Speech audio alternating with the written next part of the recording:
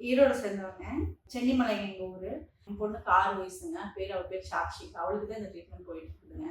எங்க பாப்பாவுக்கு வந்து ஈரோடு ஹாஸ்பிட்டல்ல வந்து ஃபீவர்னு சொல்லி செக் பண்ணிட்டு இருந்தாங்க. 2 நாள் ட்ரீட்மெண்ட் எடுத்தும் ஃபீவர் குறையலங்கும்போது பிளட் டெஸ்ட் எடுத்து பார்த்துருந்தாங்க. பிளட் டெஸ்ட்ல வந்து ரிப்போர்ட்ஸ் ரொம்ப அப்நார்மலா இருக்குன்னு சொல்லி அவங்க வந்து கோயம்புத்தூர் வந்து பாருங்க. அப்ப ஹாஸ்பிட்டல்ல கேட்டு நாங்க எங்க பார்க்கணுங்க, என்ன தொந்தரவுங்கும் போது, இல்ல நீங்க வயிற்றுல ஏதோ தொந்தரவு இருக்க மாதிரி இருக்கு, நீங்க அங்க போய் பாருங்க அப்படின்னாங்க. அப்ப அவங்க சொன்னாங்க பிஹெச்சில கொஞ்சம் கம்மியா இருக்கும். எனக்கு 2 குழந்தைங்க. என் பையன் வந்து இங்க தான் டெலிவரி ஆயிருந்தாங்க.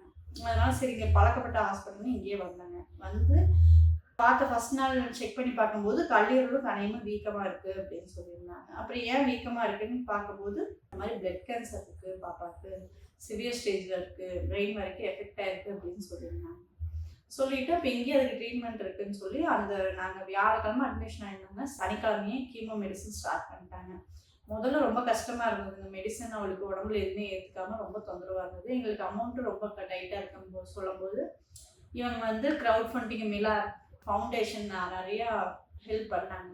இங்கேயே ஒரு ஃபவுண்டேஷன்ல இருந்து எங்களுக்கு ஸ்டார்டிங் 1 மந்த்லேயே ஒரு 50,000 ரெடி பண்ணி கொடுத்தாங்க. அப்புறம் அப்படியே ட்ரீட்மெண்ட் போகும்போது ரொம்ப ஒரு 3 மாதம் ரொம்ப கஷ்டமா இருந்ததுங்க. அவளுக்குமே மெடிசன் எடுத்துக்காம முடி கொட்டுறது, ட்ரீட்மெண்ட்ல ரொம்ப இதாக இருந்தது.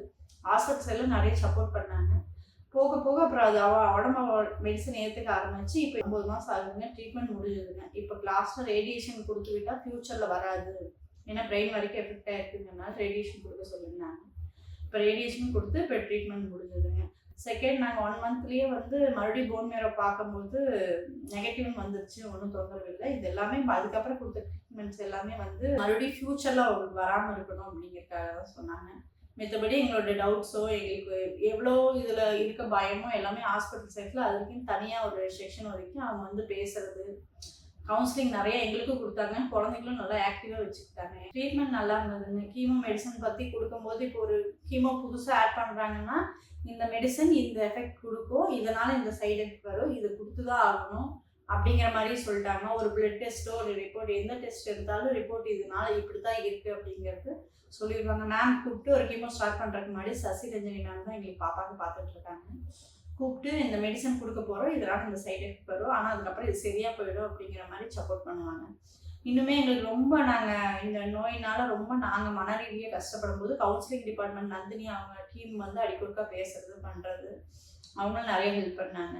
அப்போ இது லாங் பீரியட் ட்ரீட்மெண்ட்டுங்கும் போது ஃபேமிலியாக நாங்கள் இங்கே வந்து இருக்கவே முடியாதுங்க. நானும் பாப்பாவும் மட்டும்தான் இருந்தோம். ஏன்னா நாங்கள் ஈரோட்டில் பையனையும் விட்டுட்டு வர முடியாமல் இருக்கும்போது சிஸ்டர்ஸ்லாம் நல்லா ஹெல்ப் பண்ணாங்க.